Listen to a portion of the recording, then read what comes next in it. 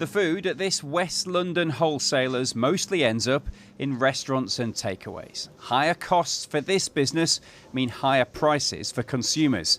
And the staff here are seeing that in the warehouse and at home. I know the prices are rising up.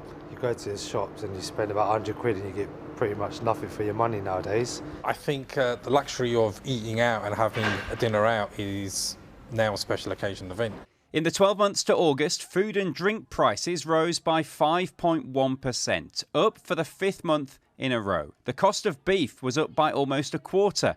Butter increased by 18.9%, and the price of chocolate was up more than 15%. The manager here says there are seasonal factors at play. The lambing season in Australia has been particularly bad. But here, a national insurance rise and minimum wage increase has hit costs. And rising prices, he says, are likely to continue. If we don't see some new policy changes, some new incentives from the government, and if we don't see the problem at source getting resolved either, we don't see the problem going away anytime quick. At least for the next sort of 3 to 6 months, definitely for this year.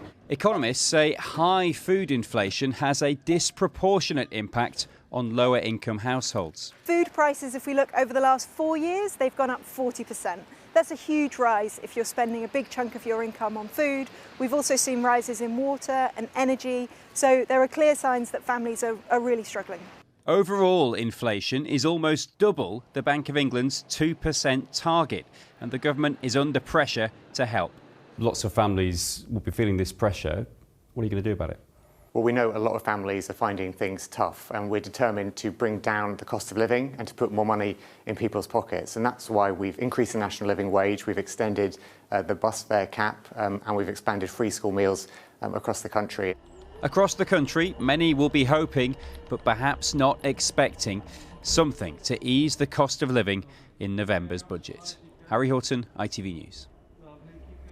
Well, our political correspondent Romilly Weeks is in Westminster. Romilly, how big a problem are these figures for the government? Well, Geraint, they are pretty big because behind the stats, inflation, particularly food, particularly fuel, are things that people really notice in their everyday lives. And how could you not notice when something like a chocolate bar, which was £1.40 2 years ago, is more like £1.80 today? A poll out today for More in Common showed that cost of living far outstrips any other issue for the public, almost double the number who say that immigration is their biggest issue. And it really contributes to this sense that people have of the government just isn't doing enough for the likes of me. As for interest rates, it also means that it's highly likely that the Bank of England will not cut interest rates tomorrow, despite a plea from the likes of the TUC to ease the pain by doing just that.